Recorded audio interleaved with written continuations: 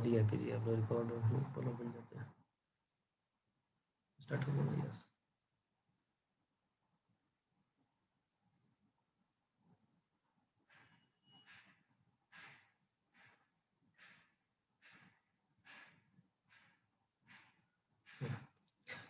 देखो यह आप लोग को याद क्यों नहीं रहता है कि tan जहां पर अनडिफाइंड होगा वहीं पर सेक अनडिफाइंड होगा। देखो tan थीटा और सेक थीटा का ना फॉर्मूला एक साथ आता है। 1 + tan² थीटा क्या होता है? sec² theta. Sec square theta. 1 + cot² theta क्या होगा? cot square cosec theta. Square theta. तो देखो इसमें LHS = RHS। तो जो थीटा LHS में रखेंगे वहीं थीटा RHS में रखेंगे। जो थीटा LHS में नहीं रख सकते हैं वह RHS में भी नहीं रख सकते हैं। तो tan थीटा जहां पर अनडिफाइंड होगा वहीं पर सेक थीटा अनडिफाइंड होगा, और जहां पर कॉट अनडिफाइंड होगा वहीं पर कोसेक अनडिफाइंड होगा। अब डिफरेंशिएशन में भी याद कीजिए, tan थीटा का डिफरेंशिएशन सेक स्क्वायर थीटा होता है। tan और कॉट अलग अलग रहेगा, सेक और कोसेक अलग अलग रहेगा जब भी डोमेन का मामला होगा, ठीक, एंगल का मामला होगा। इनवर्स में तो रेंज हो जाएगा। तो इसको याद रखिए आप लोग, tan जहां पर अनडिफाइंड होगा वहीं पर सेक अनडिफाइंड होगा, और जहां पर कॉट अनडिफाइंड होगा वहीं पर कोसेक अनडिफाइंड। तो वाई एक्सिस के एंगल जो भी हैं वहां पर कौन कौन अनडिफाइंड होगा? बोलिए एक बार आप लोग।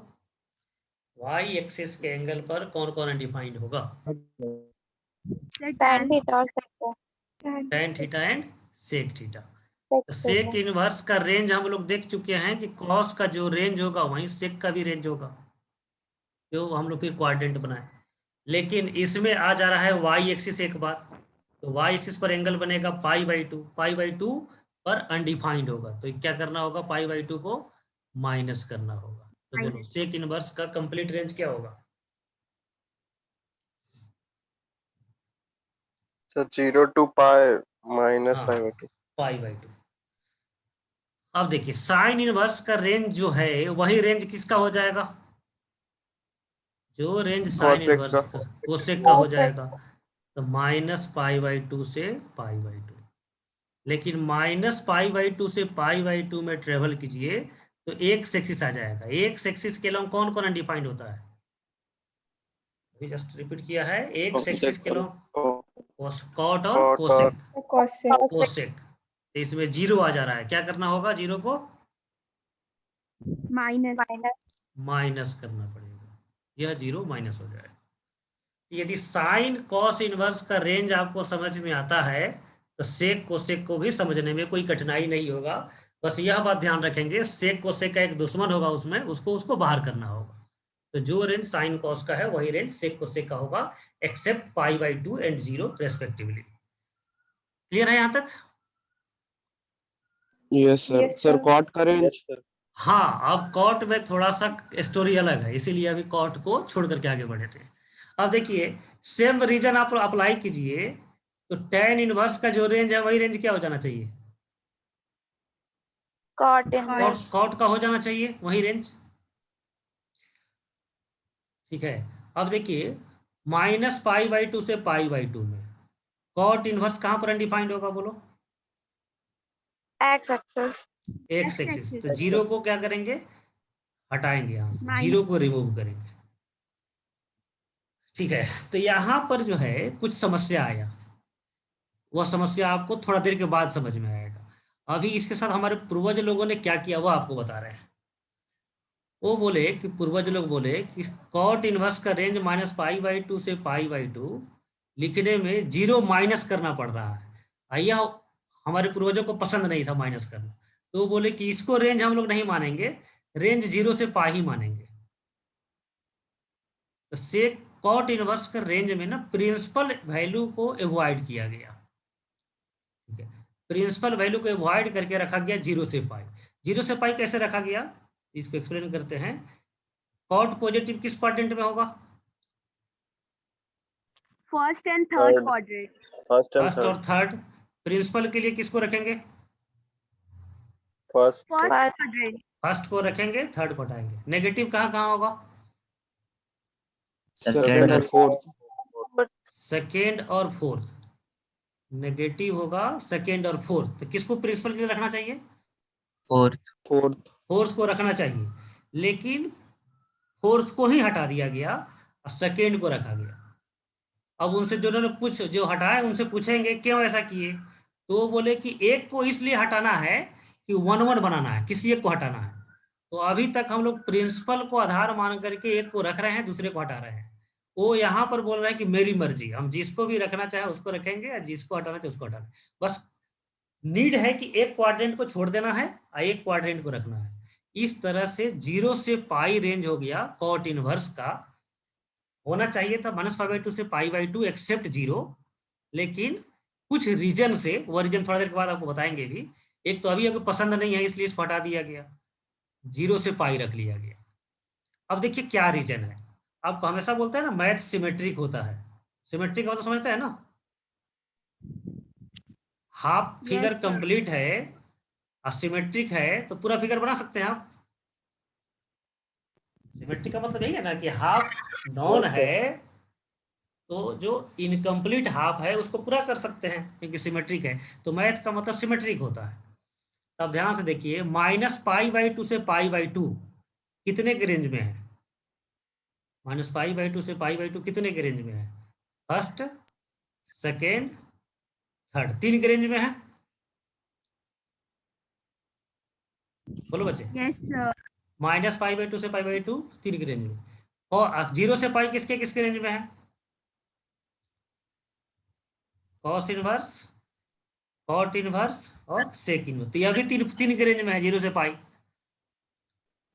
यदि कॉट इनवर्स का रेंज -π/2 से π/2 रखते, यह ब्यूटीफुल पैटर्न नहीं मिलता जो अभी हम लोग जस्ट देखे हैं कि -π/2 से π/2 का 3 फंक्शन के रेंज में शामिल हो रहा है।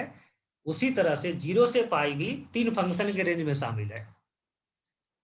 तो कुछ यही ऐसा ही संजोग बना होगा जब भी सेट हो रहा होगा, रेंज सेट जब भी इतिहास के किसी समय में हो रहा होगा, तो कॉट इनवर्स का रेंज प्रिंसिपल वैल्यू के आधार पर नहीं सेट करके 0 से पाई रख दिया गया सिमेट्री के आधार पर लाने के लिए। बोलो, जो समझाया यहाँ तक क्लियर है सबको? कॉट इनवर्स का रेंज एक्सेप्शनली रख लिया गया 0 से पाई। ठीक है ना? अब इन Yes, सभी को हम sir. डिलीट करते हैं अभी सभी। तो कॉट इनवर्स का रेंज हो गया 0 से पाई, 0 और पाई एक्स एक्सिस का एंगल हो गया, अनडिफाइंड हो जाएगा, इसलिए इंटरवल ओपन रख दिया गया। और सेक इनवर्स का रेंज तो समझ चुके हैं। अब देखिए कितना अच्छा पैटर्न हो गया। आप जो है अभी थोड़ा इसको आगे हम लोग देखेंगे, चाहे अभी देख लेते हैं पैटर्न। देखो, साइन इनवर्स कॉस इनवर्स में क्लोज इंटरवल है?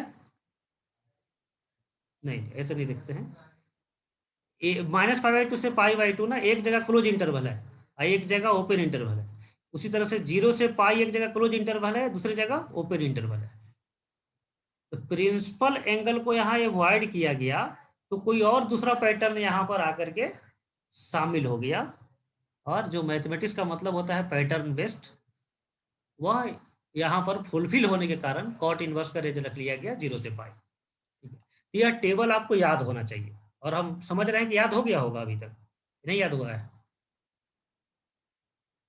Yes, sir. याद हो गया? टेबल याद हो गया? बोलो कोई, तो सब पूछेंगे उससे। कोई नहीं बोल रहा है, जल्दी बोलो।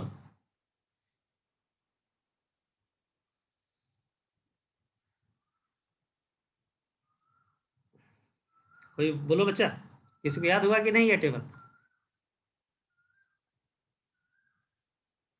रिप्लाई करो, यस Almost, नो कुछ। almost. ऑलमोस्ट। चलो ठीक है, अभी याद करा देंगे। थोड़ा सा ना ITF में हम लोग स्लो रहेंगे और रिपीटेटिव भी रहेंगे, तो आपको यह आसानी से याद हो जाएगा। क्वेश्चन तो फिंगर टिप पर बनाएंगे, लेकिन घर पर आप रिवीजन करना होगा और जो जो टास्क मिलेगा उसको पूरा करना होगा।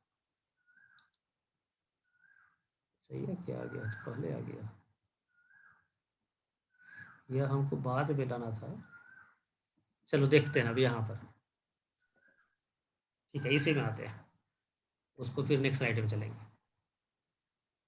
देखो, इसमें देखिए -π/2 से π/2 में किसका रेंज है? -π/2 से π/2 में किसका रेंज है, ओपन या क्लोज कुछ भी हो, उन सभी का नाम बोलना है। तो बोलो बच्चे, -π/2 sine inverse, Sin inverse. Tan tan inverse. Inverse, tan inverse, cosec inverse. cosec तो inverse. हाँ, यहाँ पर हम लिख लेते हैं साइन इनवर्स और कोसेक इनवर्स और फिर tan इनवर्स। अब दूसरा रेंज हो गया 0 से पाई। 0 से पाई में किसका रेंज है? 0 से Cos pi cos inverse, Cot sec inverse. Inverse, cot cot inverse. inverse, हाँ sec inverse. ठीक है। अब देखिए कितना आसानी से याद हो गया। साइन इनवर्स कोसेक इनवर्स तो एक साथ रहेगा ही रहेगा, और कॉस इनवर्स सेक इनवर्स भी एक साथ रहेगा। बच गया कौन कौन? tan इनवर्स और Tan कॉट इनवर्स। Cot. तो साइन, हाँ तो sine inverse tan inverse cot inverse को बांट दीजिए, एक साइन के ग्रुप में दूसरा कॉट के ग्रुप में। तो sine inverse cosec inverse tan inverse का रेंज हो गया -π/2 से π/2। Cos inverse sec inverse cot inverse का रेंज हो गया 0 से पाई। अब देखो बच्चे, साइन इनवर्स में क्लोज इंटरवल रहेगा तो कॉस इनवर्स में भी क्लोज इंटरवल रहेगा। कोसेक इनवर्स में क्लोज इंटरवल रहेगा लेकिन बीच का एंगल माइनस रहेगा, तो सेक इनवर्स में भी क्लोज इंटरवल रहेगा लेकिन बीच का एंगल माइनस रहेगा। और tan इनवर्स कॉट इनवर्स दोनों में ओपन इंटरवल रहेगा, -π/2 से π/2 और 0 से पाई। याद हो गया होगा, अब तो याद हो जाना चाहिए। बोलो स्नेहा, ऑलमोस्ट बोल रही यस थी, सर। अब तो 100% याद हो जाना यस चाहिए। सर।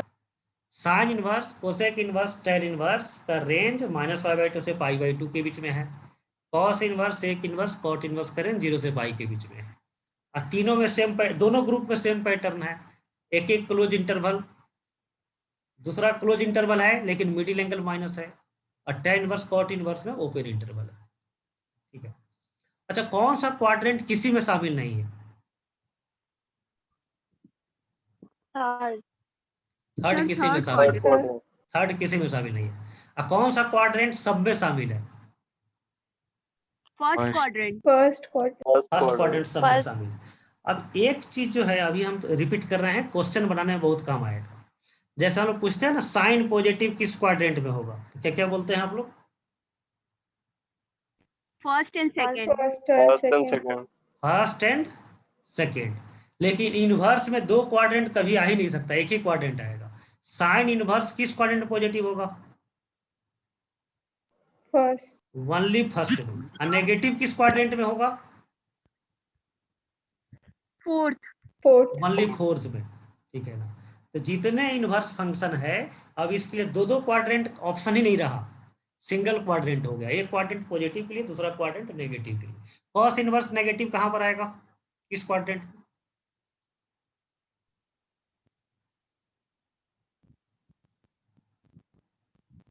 बोलो बच्चे। Second. Cos Second quadrant. Second quadrant, क्योंकि 0 से पाई रेंज है, तो कॉस इनवर्स का नेगेटिव वैल्यू जो मिलेगा वो सेकेंड क्वाड्रेंट में मिलेगा। ठीक है। पॉजिटिव के लिए तो सबके लिए सर्वमान है फर्स्ट क्वाड्रेंट, और नेगेटिव के लिए किसी का फोर्थ क्वाड्रेंट रहेगा, किसी का सेकेंड क्वाड्रेंट रहेगा। अब थर्ड क्वाड्रेंट तो किसी का नहीं रहेगा। सेकेंड क्वाड्रेंट में कॉस इनवर्स और कौन हो जाएगा नेगेटिव सेकेंड क्वाड्रेंट में? Sec inverse. Sec sec inverse. Inverse और तीन फंक्शन आएगा, 6 फंक्शन है टोटल ना। Cot Tan inverse, inverse. Cos inverse नहीं, tan इनवर्स नहीं, एक बार फिर Cot बोलो। inverse. Cot. हाँ एक बार फिर बोलो, Cot तीनों का नाम बोलो, तीनों का नाम बोलिए एक बार फिर से, जो सेकेंड क्वाड्रेंट में नेगेटिव वैल्यू रखता हो। Inverse or cot Sec. inverse. Yes, Cot. Cos inverse sec inverse और कॉट इनवर्स। ठीक है।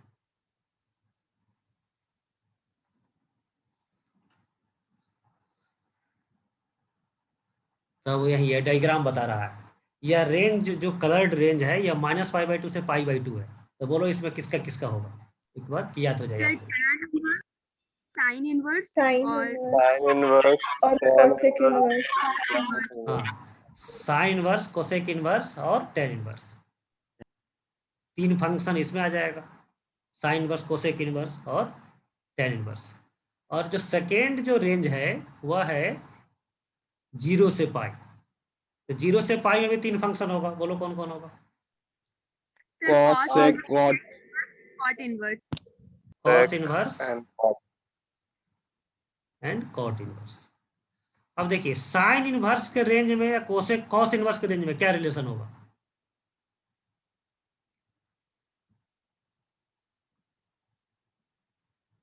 बोलो, दोनों में क्या इंटरवल बोले? क्या रहेगा? साइन इनवर्स के रेंज में और कॉस इनवर्स के रेंज में क्या रिलेशन होगा? दोनों में इंटरवल, Close इंटरवल कैसा रहेगा? Close interval. एक ओपन एक close. दोनों का क्लोज होगा सर। हाँ, दोनों का क्लोज होगा। और कोसेक इनवर्स और सेक इनवर्स के रेंज में क्या रिलेशन होगा? दोनों में क्लोज रहेगा, लेकिन मिडिल एंगल क्या करना पड़ेगा? Close. एक्सक्लूड करना हो। तो बोल दो सेक इनवर्स का रेंज एक बार बोल दो सब कोई। सेक इनवर्स का रेंज बोलिए। 0 to 0 pi से minus pi pi minus by minus pi by 2. Pi by 2। Pi by 2. Cosec inverse का रेंज एक बार बोल दो। minus pi by 2 से pi by 2 minus 0. -0, ये तो बोलना ही नहीं है। ठीक है। अब कॉट इनवर्स और tan इनवर्स के रेंज में क्या रिलेशन होगा? दोनों में इंटरवल कैसा रहेगा? Open. Depend. दोनों में ओपन ओपन रहेगा। यस,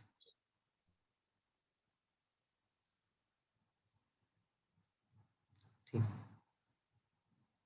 तो डोमेन तो सबका याद हो गया होगा, -1 से 1। बोलो कॉस इनवर्स का डोमेन Minus Minus 1 1 Minus -1 से 1। one. tan इनवर्स का domain All real numbers. real number. All real number. Sec inverse का R Minus minus 1 comma 1. -1 union 1 से इन्फिनिटी। चलो पहला का रेंज, साइन इनवर्स का range minus pi by 2 comma से pi by 1. 2. 2 से pi pi by by 2 close interval. Interval बोलना। Second का रेंज 0 to से pi. 0 to pi. Close interval. Close close interval. Interval. tan inverse का range tan inverse. minus pi by 2 से pi by 2 open. Minus pi by 2. Open. Open interval. Open. Cot inverse का range 0 से 0 pi 0 से pi. open. Open. Open interval. Sec inverse का range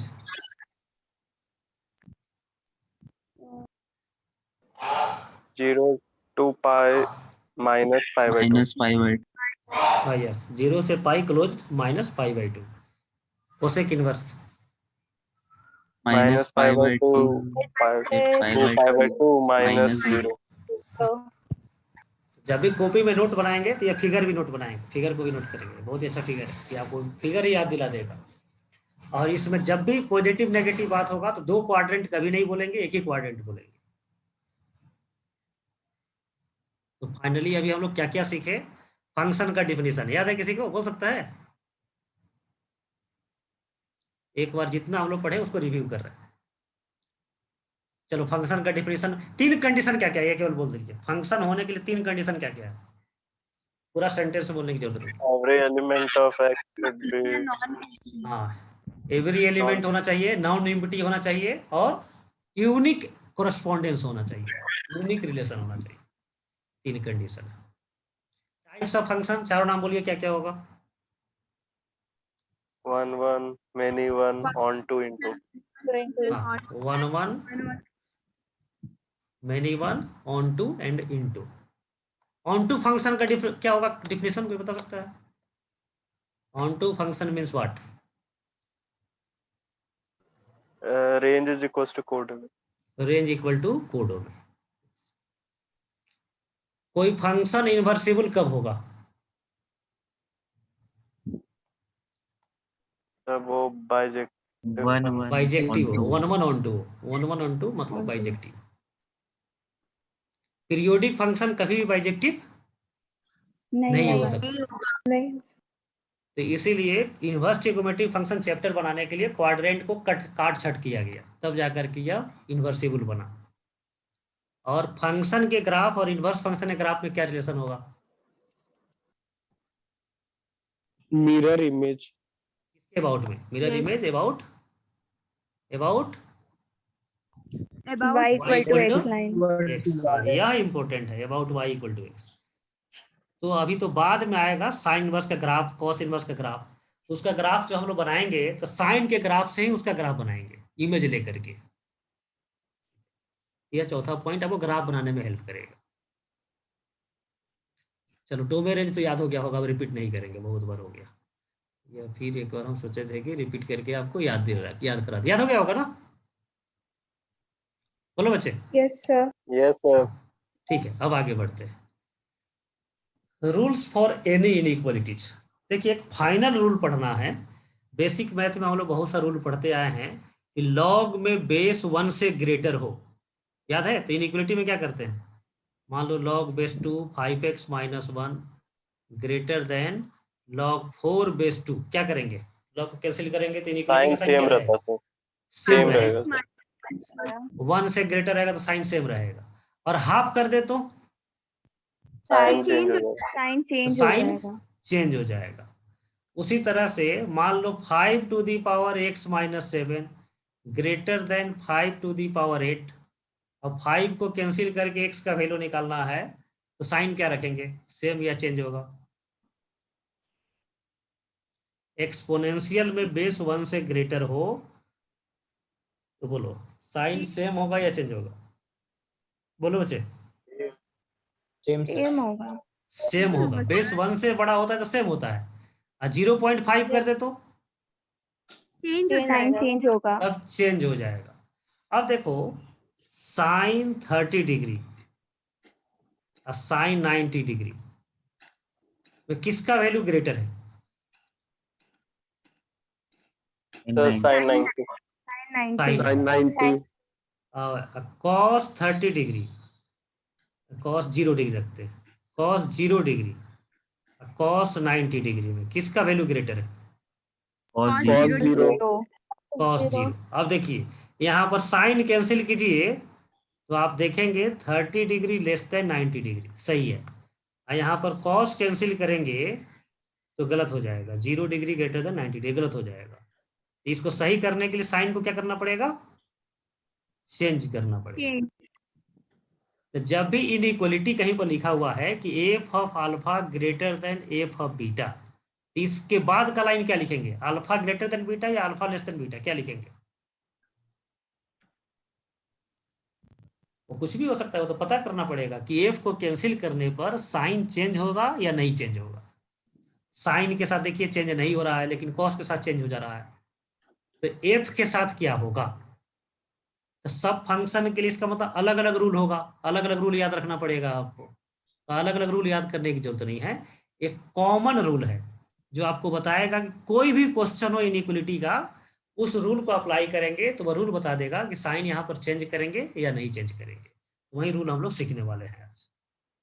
यह क्या content है समझ रहे हैं ना? अभी का क्या पॉइंट है? मतलब किसी भी इनइक्वालिटी के लिए आपको जब भी मान लो कहीं पर जी अल्फा ग्रेटर देन जी बीटा लिखा गया है, तो आप डायरेक्ट जी कट करके आगे नहीं बढ़ सकते हैं, पहले सोचना है कि जी को कट करेंगे तो इनइक्वालिटी का साइन सेम रहेगा या चेंज होगा। यह कौन बताएगा? तो अभी प्रेजेंट रूल बताएगा, जो अभी रूल हम लोग देखने वाले हैं। ये कौन सा रूल है? बहुत ही साधारण रूल है। यदि फंक्शन इंक्रीजिंग है तो साइन ऑफ इनइक्वालिटी सेम रखेंगे, और फंक्शन यदि डिक्रीजिंग है तो इनइक्वालिटी का साइन चेंज हो जाएगा। ठीक है, अब याद कीजिए लॉग में जब बेस 1 से बड़ा होता है तो यह इंक्रीजिंग वैल्यू देगा या डिक्रीजिंग वैल्यू देगा? देखो तो ये जो वैल्यू इंक्रीजिंग, तो बेस 1 से ग्रेटर है तो इंक्रीजिंग है, इसीलिए लॉग में बेस 1 से बड़ा होने पर इनइक्वालिटी का साइन सेम रखते थे। और वही बेस हाफ कर दे तब क्या हो जाएगा? देखो इसका डिक्रीजिंग हो जाएगा।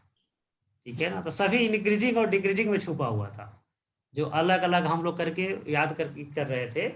अब कोई कॉस का क्वेश्चन हो, चाहे कोई भी एफएक्स का क्वेश्चन हो, कोई क्वाड्रेटिक का क्वेश्चन हो, ठीक है ना, और दोनों तरफ कट करना है, तो सबसे पहले चेक करेंगे इंक्रीजिंग है या डिक्रीजिंग है। यदि आपको समझ में आ रहा है कि इंक्रीजिंग फंक्शन है तो इनइक्वालिटी का साइन सेम रखेंगे, और यदि आपको चेक करने में आ रहा है कि डिक्रीजिंग फंक्शन है तो इनइक्वालिटी का साइन चेंज किया जाएगा। बोलो क्लियर है यहाँ तक? Yes, sir. Yes, sir. अब है कि इंक्रीजिंग डिक्रीजिंग कैसे चेक करेंगे? कौन बताएगा कोई फंक्शन इंक्रीजिंग है या डिक्रीजिंग है? कौन बताएगा? डिफरेंशिएशन पढ़े थे ना, डिफरेंशिएशन में differentiation rate of sir. Change भी होता Maximum- है। मिनिमा अरे मैक्सिमा ना सर। सिंपली डिफरेंशिएट करेंगे, मैक्सिमम मिनिमम नहीं, सिंपली डिफरेंशिएट करेंगे। और पॉजिटिव आएगा तो इंक्रीजिंग, और डेरिवेटिव नेगेटिव आएगा तो डिक्रीजिंग। बोलो डिक्रीजिंग। ठीक है ना? अब कोई पूछे आपसे साइन इनवर्स का डिफरेंशिएशन याद है आप लोगों को? साइन इनवर्स का डिफरेंशिएशन तो सब पढ़ चुके हैं। Yes, sir. 1 by under root 1 minus x square. 1 minus cos inverse का कॉस इनवर्स का differentiation So minus 1 by 1 by under root 1 minus तो square. बोलो साइन इनवर्स क्या होगा? इंक्रीजिंग फंक्शन या decreasing function? Increasing. Increase. Increasing. Cos inverse Decreasing. Decreasing. Decreasing. अब देखिए कहीं पर क्वेश्चन हो कि sine inverse x greater then sine inverse half, और वही दूसरा क्वेश्चन हो cos inverse x greater then cos inverse half. यहाँ पर साइन इनवर्स कैंसिल करेंगे तो बोलो साइन को सेम रखेंगे चेंज करेंगे? Same Same. रखेंगे। सेम रखेंगे। सेम रखेंगे क्योंकि इंक्रीजिंग फंक्शन है। और यहाँ पर कैंसिल करेंगे तो क्या होगा? Change करेंगे। चेंज करेंगे। डिक्रीजिंग फंक्शन में। तो समझ गए हैं ये? तो इंक्रीजिंग फंक्शन और डिक्रीजिंग फंक्शन हम लोग डिफरेंशिएट करके चेक करेंगे। लेकिन जिसका डिफरेंशिएशन ऑलरेडी याद है, जो बहुत ही एलिमेंट्री फंक्शन है, उसको बार बार डिफरेंशिएट करने का तकलीफ नहीं करना है, आपको याद ही रख लेना है। तो इनवर्स फंक्शन में 6 फंक्शन होता है। तो इंक्रीजिंग कौन कौन होगा? इंक्रीजिंग इनवर्स ट्रिगोनोमेट्रिक फंक्शन कौन कौन होगा? Sine inverse, Sin, tan inverse, tan sec inverse. inverse, sec. ठीक है, तो बार बार डिफरेंशिएट नहीं करना है, आप सीधा बोल दीजिए कि जानते हैं साइन इनवर्स इंक्रीजिंग होता है, tan इनवर्स इंक्रीजिंग होता है, सेक इनवर्स इंक्रीजिंग होता है। डायरेक्ट बोल देंगे इंक्रीजिंग है। तो पूछे कि कैसे इंक्रीजिंग है, तब डिफरेंशिएशन बताना है। सेक इनवर्स का डिफरेंशिएशन कोई बता सकता है? सेक इनवर्स का डिफरेंशिएशन याद है किसी को? So 1 by x modulus under root हाँ, x1 minus x x square minus 1। x square minus. केवल शुभम गया था और किसी को याद नहीं था? रोशन, रौनक, रौनक है कोई? हिमांशु, कौशिक, याद था कि नहीं याद था आप लोगों को? ईमानदारी से बोलो। सेक इन, हाँ, सब कुछ याद कीजिए। बेसिक मैथ बिल्कुल इनिशियल रिक्वायरमेंट है, इनिशियल रिक्वायरमेंट। जितना अभी तक पढ़े हैं वह उसमें से कुछ नहीं भूलना है। हाँ, ITF में भूल सकते हैं आप, चलेगा। 10 मिनट का फिर नोटिफिकेशन दिखा दिया। चलो 10 मिनट और हम लोग देखेंगे, इस टॉपिक को जल्दी जल्दी कवर करें। तो इनवर्स ट्रिगोनोमेट्रिक फंक्शन में आपको इंक्रीजिंग डिक्रीजिंग के लिए डिफरेंशिएशन में नहीं जाना है, इसको याद ही रख लेना है। अब डिक्रीजिंग कौन कौन होगा जो बच गया? बोलो कौन कौन बच गया? cos इनवर्स, cot इनवर्स, और cosec। Cosec inverse. अच्छा, इस तीनों के नाम में क्या विशेषता है देखो तो? सबका सी डिक्रीजिंग आता के है। लिए हाँ सी, जिसके नाम में सी हो वो डिक्रीजिंग होगा। तो बोलो तो कौन कौन है आप लोगों में जिसका नाम सी से शुरू हो रहा है? कोई है कि नहीं है? सी से शुरू होने वाला कोई नाम? कोई नहीं दिख रहा है। ठीक है, तो सी से शुरू होने वाला नाम क्या होते हैं? मैथ में डिक्रीजिंग होता है। किसी का नाम होगा तो डिक्रीजिंग नहीं होगा, तो जस्ट होने के लिए। ठीक है, तो ये याद रखना है कि सी से शुरू होने वाले ट्रिगोनोमेट्रिक फंक्शन और इनवर्स ट्रिगोनोमेट्रिक फंक्शन में डिक्रीजिंग फंक्शन होता है। अब आगे बढ़ो। हाँ, ये तो फिर एक नोट लिखा गया है कि F dash X greater than equal to 0 होगा तो increasing function, F dash X less than 0 होगा तो डिक्रीजिंग फंक्शन। याद है ना? ये पहले का जो रिजल्ट है उसको एक बार रिमाइंडर के लिए यहाँ पर लिखा गया। ठीक है बच्चे, अभी कौन ज्वाइन कर रहा है? सूचस, ठीक है, अब देखो इतना से हम लोग क्वेश्चन अब सॉल्व करना शुरू कर सकते हैं। तो पूरे आईटीएफ के जो सिलेबस में जो क्वेश्चन है ना, इतने वैरायटी के क्वेश्चन हम लोग सॉल्व करेंगे। एक तो डोमेन इन्वॉल्विंग आईटीएफ, एक और होता है सिंप्लीफाई करना, इवेल्युएट करना, solving equations involving ITF, solving inequalities, inequalities के लिए रूल अभी देख चुके हैं, तो क्वेश्चन इस पर करेंगे। ग्राफ आगे आएगा, डिफरेंशिएशन आईटीएफ का तो जानते हैं, लेकिन बड़े बड़े डिफरेंशिएशन इसमें हम लोग करेंगे, ये आपके बोर्ड एग्जाम में भी आता है। और सिंप्लीफाई बेस्ड ऑन फार्मूला और समेशन इन्वॉल्विंग आईटीएफ, इतने क्वेश्चन हम लोग कवर करेंगे। अब कुछ फार्मूला और ग्राफ देखेंगे। तो find domain of function involving ITF.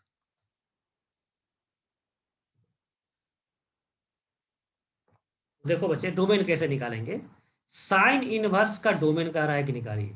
तो पहले से हमको याद है कि साइन इनवर्स का जो इनपुट है वह होना चाहिए -1 से 1। साइन इनवर्स का डोमेन जो होना चाहिए वह होना चाहिए -1 से 1। तो इनपुट के जगह पर जो वेरिएबल लिखा गया वो लिख दीजिए, इसको सॉल्व कर दीजिए लीनियर इनइक्वालिटी जैसा। -2 को दोनों तरफ ऐड करेंगे 1, 5x 3, तो 1/3 से 3/5, 1/5 से 3/5, यही डोमेन हो जाएगा।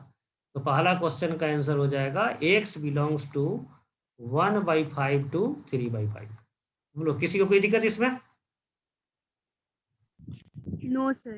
No sir. Yes. तो सेकेंड क्वेश्चन का बताइए डोमेन क्या होगा। आप लोग रफ पेन पेपर यूज कीजिए और सेकेंड क्वेश्चन सॉल्व करके बताइए इसका डोमेन क्या होगा।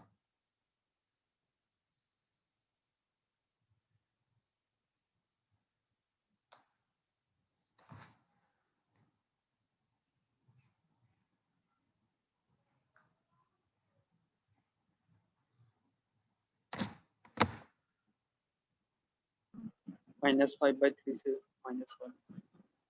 -5/3 से -5/3 से -1। 3/5 -3 से -1। यस, -5/3 से -1। सॉल्व करने की जरूरत नहीं है। थर्ड क्वेश्चन का डोमेन बिना लिखे हुए बता दीजिए। थर्ड क्वेश्चन का all real number all real number tan inverse का होता है, लेकिन चूंकि यह p/q फॉर्म में है तो एक नंबर को हटाना पड़ेगा। जल्दी बोलो सुधार के। r -2 number except -2। ठीक है, -2। चलो फोर्थ का डोमेन बता दीजिए। फोर्थ का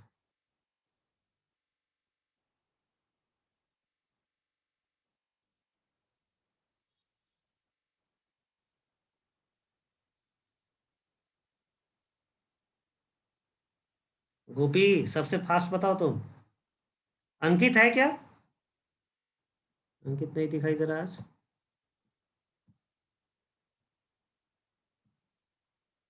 और कौन कौन है? जिष्णु, जिष्णु भी बोलो, रिप्लाई करो।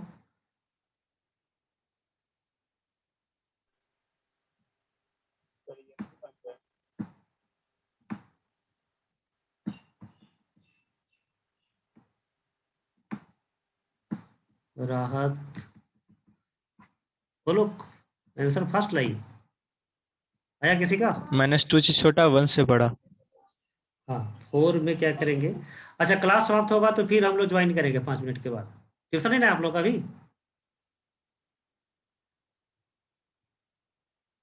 या ठीक है, अब नेक्स्ट क्लास में ही करेंगे। क्लास जब खत्म हो जाएगा तो 5 मिनट के लिए फिर क्या ज्वाइन करेंगे।